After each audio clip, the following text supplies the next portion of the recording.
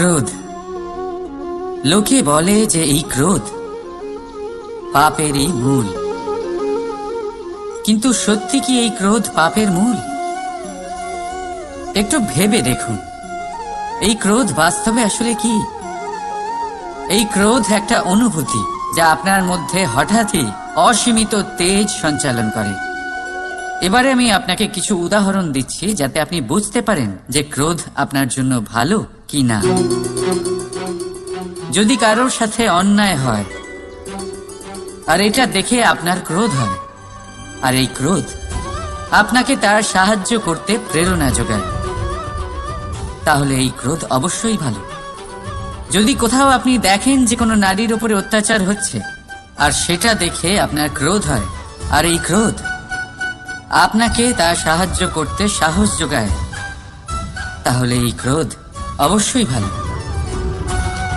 যদি এই সংসারে কোথাও আপনি কোনো অনৈতিক কাজ বা ছলনা দেখেন আর আপনার তাতে ক্রোধ না হয়, কিছুই অনুভব করেন না, তাহলে এটা কাপুরুষতা। তার মানে এটাই যে আপনি আপনার মনুষ্যত্ব হারিয়ে ফেলেছেন। তাই এটা বোঝার চেষ্টা করুন, আপনার ক্রোধের তেজের ব্যবহারের ওপরে নির্ভরশীল হলো এই ক্রোধ আপনার জন্য পাপের সমান, নাকি এই ক্রোধ আপনার জন্য পুণ্যের স্থাপক। রাধা রাধা। মোহ। শাস্ত্রে লেখা আছে যে মোহ শুধু সেই ব্যক্তিকেই নয়, বরং সেই আরেক ব্যক্তিকেও বিনাশ করে দেয় যার ওপরে সেই মোহ আছে। এবারে লোকে কি করেন, এই শাস্ত্রের লেখা কথাগুলি শুধু শাব্দিক অর্থে নেন। এই মোহ দেখুন, এটা শুভও হতে পারে, শুধু এর রূপ ভিন্ন ভিন্ন হয়। এটা ভালো করে বুঝতে হবে। এবারে মোহ যদি কোনো বস্তুর উপরে থাকে তাহলে তা লালসা হয়ে যায়। মোহ কোনো বিশেষ ব্যক্তির উপরে হয়ে গেলে তা প্রেম নয়, আকর্ষণ হয়ে যায়। মোহ কোনো চাহিদার উপরে হয়ে গেলে তা বাসনা হয়ে যায়। মোহ বিজয়ের উপরে হয়ে গেলে তা কুণ্ঠা হয়ে যায়। মোহ নিজের সংস্কৃতির উপরে হলে আপনাকে সংস্কৃতির রক্ষক বানায়। যদি এই মোহ নিজের গুণের উপরে হয়, তাহলে সেই শিল্প দ্বারা আপনি এই সংসারে অদ্ভুত সব কাজ করতে পারবেন।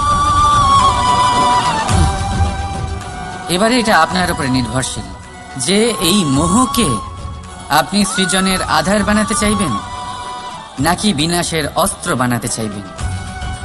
ভেবে দেখুন, সিদ্ধান্ত আপনার। রাধা রাধা। অভিমান, আত্মসম্মান, অহংকার, দেখতে গেলে এই তিনটি শব্দ ভিন্ন ভিন্ন, কিন্তু এর মূল আধার একই, আত্মসম্মান। এবার যদি কথা বলি আপনার শরীরের, আপনার সংস্কৃতি, আপনার সম্পর্কের, তাহলে অভিমান থাকা স্বাভাবিক। এবার যদি কথা বলি আপনার ব্যক্তিত্ব নিয়ে, আপনার আদর্শ নিয়ে, আপনার বিচারধারা নিয়ে, তাহলে আত্মসম্মান হলো একটা গুণ। যদি এইভাবে বলা হয় যে আমি এই কার্য কারোর সাহায্য ছাড়া, সহযোগিতা ছাড়াও করতে পারি, তাহলে এটা আত্মসম্মান, আর এটা সঠিক। যদি এভাবে বলা হয় যে আমি এই কার্য কারোর সাহায্য ছাড়াই বা কারোর সহযোগিতা ছাড়াই করে ফেলেছি, তাহলে এটা অভিমান, এটাও সঠিক। কিন্তু এই কার্য শুধুমাত্র আমিই করতে পারি আর কেউ নয়, এটা অহংকার। তাহলে এই শব্দ এবং তার অর্থ বোঝার চেষ্টা করুন। জীবন ধারণের এক নতুন পথ খুঁজে পাবেন। রাধা রাধা। সংসারে প্রত্যেক ব্যক্তি কোনো না কোনো রূপে ঈশ্বরকে মানে। কেউ মূর্তি রূপে, তো কেউ তত্ত্ব রূপে, কেউ ভাবনা রূপে, আবার কেউ স্বভাব রূপে। কেউ নিজের মধ্যে পরমাত্মা খোঁজে, আবার কেউ অন্যের মধ্যে। কারোর কাছে জ্ঞানই পরমাত্মা। সংসারের প্রত্যেক মানুষই কোনো না কোনো রূপে তার ঈশ্বরকে পেয়েই যান। কিন্তু একটা কথা বলবো, ঈশ্বর প্রথমেই নিজের একটা স্বরূপ পৃথিবীতে আপনার কাছে পাঠিয়ে দিয়েছেন। সেই স্বরূপ হলো আপনার মাতা, আপনার মা। সেই মা যিনি আপনাকে জন্ম দিয়েছেন, আপনাকে বাঁচতে শিখিয়েছেন, আপনাকে সংস্কার দিয়েছেন। যদি আপনি কখনো কোনো অনুচিত পথে অগ্রসর হয়েছেন, তখন তিরস্কার করে আপনাকে সঠিক পথে এনেছেন। যদি আপনি এই সংসারে অসফল হয়েছেন, তখন তার আঁচলের উষ্ণতা দিয়ে আপনাকে আশ্বাস জুগিয়েছেন। সেই সমস্ত কাজ করেন এই মা, যা ঈশ্বরও করেন। সেই জন্য মনে রাখবেন যে এই সংসারে আপনার সবচেয়ে প্রথম ঈশ্বর যদি কেউ থাকে, তাহলে তা আপনার মা। প্রত্যেক প্রতিমাতেই ঈশ্বর নাই থাকতে পারে, কিন্তু প্রত্যেক মায়ের মধ্যে ঈশ্বর অবশ্যই থাকে। রাধা রাধা।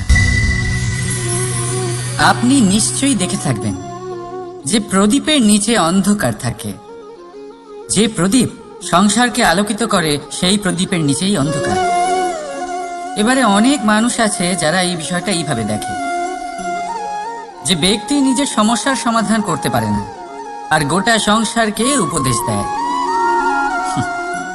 কিন্তু এইটা দেখার আরো একটা দৃষ্টিভঙ্গি আছে, আর সেটা হচ্ছে যে স্বয়ং জ্বলে সংসারকে আলোকিত শুধু সেই করতে পারে যা রাধার বড়ই শীতল হয়। এই সংসারের পথপ্রদর্শক সেই হতে পারে, এই সংসারকে দিশা সেই দেখাতে পারে যার মধ্যে সন্তোষ আর ধৈর্য শক্তি আছে। এবারে দেখুন, এটা অত্যন্ত গুরুত্বপূর্ণ বিষয় যে বিবেক তখনই কাজ করে যখন মন শান্ত থাকে, যখন মন শীতল থাকে। তাই যদি আপনি এই জীবনে কোনো বড় কর্ম করতে চান, তাহলে সর্বপ্রথম আপনার এই মনকে, এই বিবেককে, এই হৃদয়কে, এই আধারকে, এই ভূমিকে শীতল রাখতে শিখুন। ধৈর্য ধরুন। সংসারে এমন কিছু নেই যে আপনি করতে পারবেন না। রাধা রাধা। এই প্রদীপ দেখতে পাচ্ছেন আপনি, নিজেও জ্বলে আর এই বাতিকেও জ্বালিয়ে রাখে, আর এই সংসারকে প্রদান করে প্রকাশ। অন্ধকারাচ্ছন্ন ব্যক্তিকে প্রদান করে আশার আলো। কিন্তু এটা কখনো ভাবে না যে সেই মাটি কেমন হবে যা দিয়ে এটা তৈরি করা হয়েছে, সেই কুমোর কেমন হবে যে একে আকার দিয়েছে। ভাবে না যে একে কিনেছে তার বাড়ি কেমন হবে, তা কতটা সুসজ্জিত। কিচ্ছু নয়, শুধু এই সংসারকে প্রকাশ প্রদান করে। আর হয়তো সেই জন্যই প্রদীপকে এত ভালোবাসা হয়। সে নিজের বা অন্যের বাড়ি দেখে কখনোই জ্বলে না। সে জ্বলে শুধু অন্ধকারের সাথে লড়াই করতে। তাই আপনিও নিজের ব্যবহার এই প্রদীপের মতো করে তুলুন। নিজের পরিচয় সরিয়ে নিঃস্বার্থভাবে কর্ম করে যান, আর নিজের জন্য এক নতুন, এক বিশাল, এক অদ্ভুত পরিচয় তৈরি করুন। রাধা রাধা। এই সংসারে প্রত্যেক ব্যক্তি বড় কিছু করতে চায়, এমন কিছু যা এই সংসারে কেউ আগে কখনো করেনি। এমন জায়গায় পৌঁছতে চায় যেখানে এর আগে কেউ কখনো পৌঁছতে পারেনি। আর কেউ এতে সফলতা অর্জন করে। কিন্তু কিছু মানুষ অসফল হয় কেন? এটাই আমার প্রশ্ন। না তো তাদের ইচ্ছেতে কোনো কমতি থাকে, না কমতি থাকে তাদের চেষ্টায়। তাহলে কেন এরা পিছিয়ে পড়ে? এর উত্তর বড়ই সরল। এই সংসার আপনাদের বলি কিভাবে। আপনারা সকলে সংসারে মহান কাজ করতে চান, সেই মান, সেই সম্মান পেতে চান যা এর আগে কেউ কখনো পায়নি। কিন্তু আপনার সমস্যা এটাও যে এই কাজে সংসার আপনার সাথে থাকছে না। বড়ই অদ্ভুত ব্যাপার। দেখুন, ভুলে যান গোটা সংসারকে, জীবনে একা একা এগিয়ে চলুন। গঙ্গোত্রী থেকে যখন একটি জলের ফোঁটা বেরোয়, তখন সেটা শুধু এক বিন্দু জল। তারপরে যখন সে তার যাত্রা শুরু করে অন্য জলের ফোঁটার সাথে মিশে, তখন সে স্রোতে পরিণত হয়, গঙ্গাতে পরিণত হয়। যদি আপনি জীবনে এগোতে চান তাহলে একলা এগোতে শিখুন, নির্ভীক হয়ে, সাহসের সাথে। ধনাত্মক চিন্তা নিয়ে জীবনে এগিয়ে চলুন, একা এগিয়ে চলুন, আর দেখবেন সেই মান, সেই সম্মান আপনার জন্যই অপেক্ষা করে আছে। রাধা রাধা। কর্ম। মানুষ সর্বদা সে ভালো কর্ম করে যায়। তাহলে আপনাকে বলি, শুধু ভালো কর্ম করাই আবশ্যক নয়, তার থেকে বেশি জরুরি হলো এই খারাপ কর্মকে বোঝা আর তার থেকে দূরে থাকা। কারণ যখনই আপনি কোনো সঠিক কাজ করেন বা ভালো কাজ করেন, কেউ তা মনে রাখে না। কিন্তু এই সংসারে বিষয়টা হলো এরকম, আপনি একটা খারাপ কর্ম করুন আর সেটা সবার মনে থাকে। এই খারাপ কর্ম কাজলের এক কৌটোর মতো হয়। আপনি যতই চেষ্টা করুন বাঁচিয়ে ব্যবহার করার, কিন্তু এই কালিমা কোথাও না কোথাও অবশ্যই লেগে থাকে। সেই জন্য জীবনে ভালো কর্ম অবশ্যই করুন, কিন্তু তার থেকেও বেশি জরুরি হলো এই খারাপ কর্মের থেকে দূরত্ব বজায় রাখা, আর এটা অবশ্যই করুন। রাধা রাধা। সংসারে সমস্ত জায়গায় এই ব্যবসা চলতে থাকে। এর অনুভূতিকে ব্যয় করতেই হবে। এবার দেখুন না, কারোর আসল চেহারা যদি জানতে হয় তাকে স্বাধীনতা দিয়ে দেখুন। যদি কারোর মনের শুদ্ধতা জানতে হয় তাহলে তাকে ঋণ দিন। যদি কারোর গুণ জানতে হয় তাহলে তার সাথে একসঙ্গে বসে ভোজন করুন। যদি কারোর ধৈর্যের পরীক্ষা নিতে হয় তাহলে তাকে তার প্রিয় কাজ করতে বারণ করে দেখুন। যদি কারোর ভালো দিক জানতে হয় তাহলে তার থেকে পরামর্শ নিয়ে দেখুন। এক অনুভূতির বদলে অন্য এক অনুভূতি বিনিময় করতে হয়। কিন্তু এই সংসারে একটাই এমন অনুভূতি আছে যেটা দেখার জন্য, যেটা পাওয়ার জন্য আপনাকেও ঠিক সেই অনুভূতিটাই দিতে হবে, আর সেটা হলো প্রেম। যদি কারোর ভালোবাসা দেখতে হয় তাহলে তাকে নিঃস্বার্থ ভালোবাসা দিন। যদি কারোর থেকে ভালোবাসা পেতে চান তাহলে তাকে নিঃস্বার্থ পরিশুদ্ধ ভালোবাসা দিন। রাধা রাধা। কথায় আছে, সময়ের পূর্বে আর ভাগ্যের বেশি কেউ কিছুই পায় না। এবার এর মানে কি এটাই যে আপনি শুধুমাত্র সময়ের অপেক্ষা করবেন, সবকিছু নিজের ভাগ্যের ওপর আর কপালের ওপরে ছেড়ে দেবেন, নিজে কিছুই করবেন না? যদি আপনি এরকম করেন তাহলে আপনি একটা বস্তু অবশ্যই পাবেন, নিরাশা, অসফলতা। এবারে আপনি বলবেন, যদি সবকিছুই ভাগ্য আর সময়ের উপরে নির্ভরশীল হয় তাহলে আমরা কি বা করতে পারি? করতে পারেন চেষ্টা, পরিশ্রম। এই চেষ্টাই আপনার জীবনে সেই সময়কে আপনার কাছে টেনে নিয়ে আসে, সেই সময়ে যার অপেক্ষা আপনি করছেন। আর এই ভাগ্য তার সামনেই নত হয় যে সর্বদা পরিশ্রম করতে থাকে। রাধা রাধা। এই পদ্ম ফুল দেখতে পাচ্ছেন? এর অভ্যেস হলো জলস্তরের ওপরে ভাসা।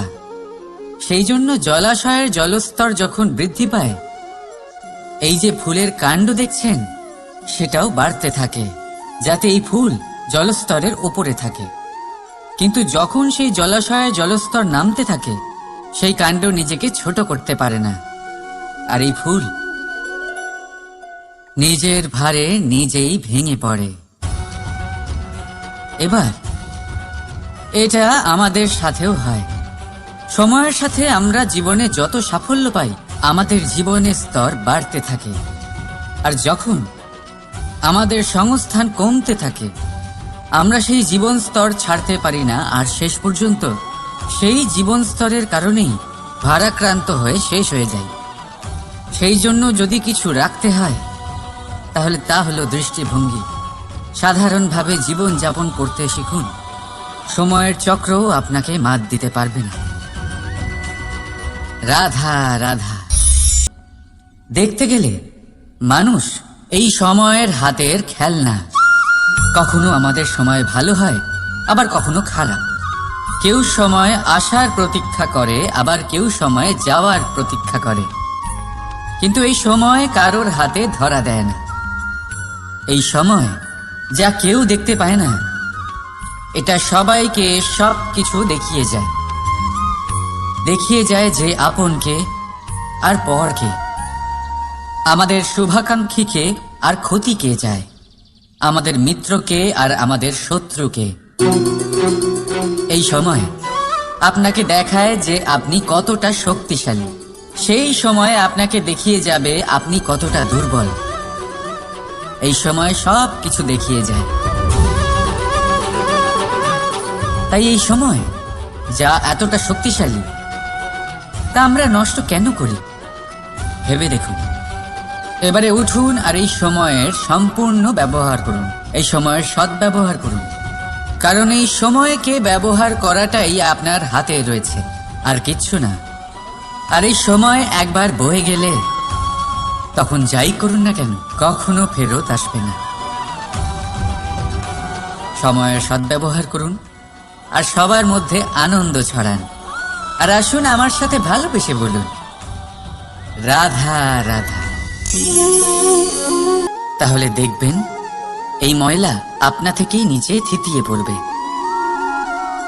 কিন্তু এই পাত্রটা নাড়াতে থাকলে এমনটা হবে না। শান্ত ছেড়ে দেবেন, তবেই এই ময়লা নিজেই নিচে চলে যাবে। ঠিক সেইভাবেই যখন আমাদের জীবনে কোনো সমস্যা আসে, কোনো অশান্তির সৃষ্টি হয়, তখন উত্তেজিত হয়ে পড়লে, নিজের সংযম হারিয়ে ফেললে আমরা এর সমাধান পাব না। শান্ত থাকলে তখনই সমস্যার সমাধান পাব। তাই মনে রাখবেন, ধৈর্য আর সংযম দ্বারা শান্ত মনে বিচার করলে যত বড়ই সমস্যা হোক না কেন, তার সমাধান আপনি অবশ্যই পাবেন।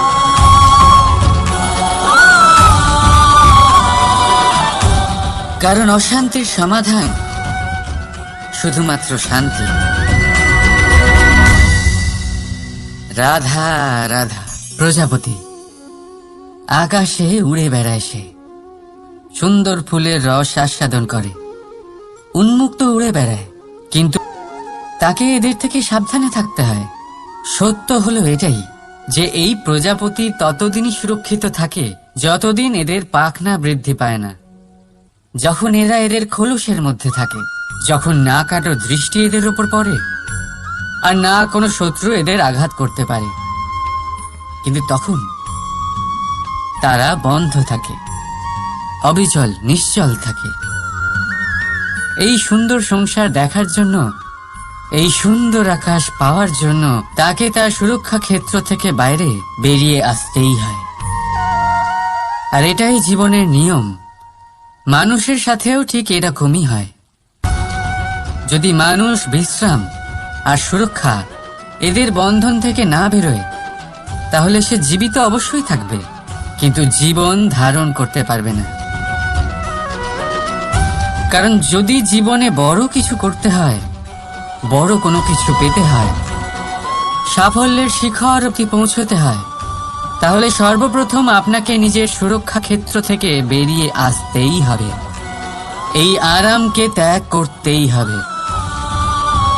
তবেই আপনি সফল হতে পারবেন, তবেই আপনি এই প্রজাপতির মতো আকাশে উড়ে বেড়াতে পারবেন। রাধা রাধা।